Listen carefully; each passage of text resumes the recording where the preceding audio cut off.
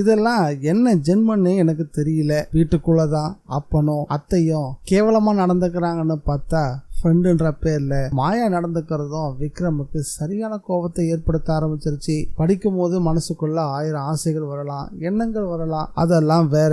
கல்யாணத்துக்கு பிறகு ஒருவனுக்கு ஒருத்தின்றதுதான் நம்ம தமிழ் சமூகத்தோட பண்பாடுன்றத புரிஞ்சிக்காம நடந்துக்கிறாள்ன்ற ஆத்திரமும் கோபமும் அவர்கிட்ட பலமா வெளிப்பட ஆரம்பிச்சது.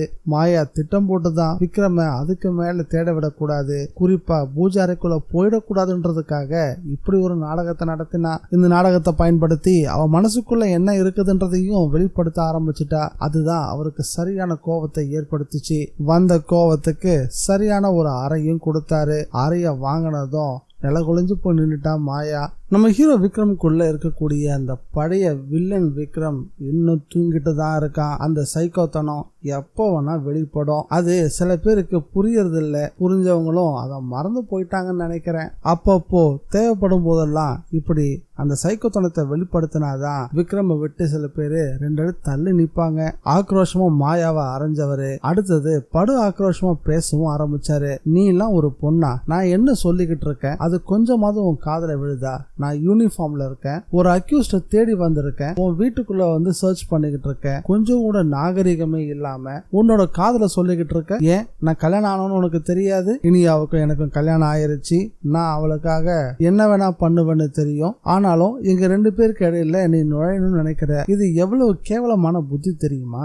எந்த ஒரு படிச்ச பொண்ணும் இவ்வளவு கேவலமா நடந்துக்கவே மாட்டா. அவ்வளவு கேவலமா நீ நடந்துக்கிற. இன்னொரு தடவை நீ என்கிட்ட இப்படி நடந்துக்கிட்டனா உன்னை சும்மா விட மாட்டேன் அப்படின்னு படுகோவமா ஆவேசமா பேச ஆரம்பிச்சுட்டாரு. இத மாயா கொஞ்சமும் எதிர்பார்க்கவும் இல்லை.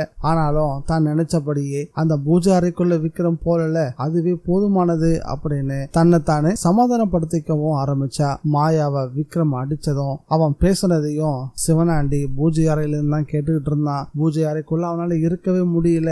ஏன்னா அந்த அளவுக்கு மாயா மேல அவனுக்கு விசுவாசம் அதிகம். மாயா வெளியில எவ்வளவு கொதிச்சுக்கிட்டு இருக்காளோ அதை விட பல மடங்கு பூஜையாட ஒளிஞ்சிட்டு இருந்தாலே சிவனாண்டி அவன் மனசுக்குள்ள கோபம் குப்பிளிக்க ஆரம்பிச்சிருச்சு. இதுக்கப்புறம் இந்த விக்ரம சும்மா விடவே கூடாது. இனியான்னு அவன் பொண்டாட்டிய ரொம்ப உயர்த்தி பேசிட்டு இருக்கானா.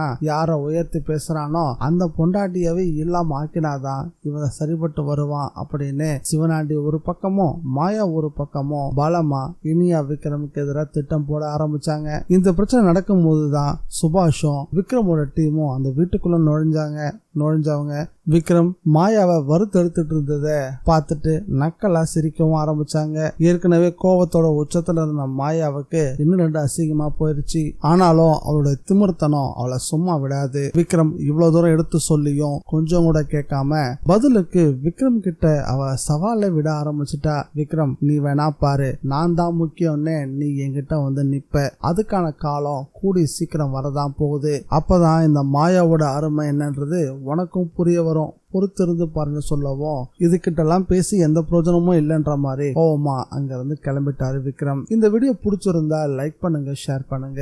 மீண்டும் அடுத்த வீடியோல சந்திக்கலாம். Bye guys.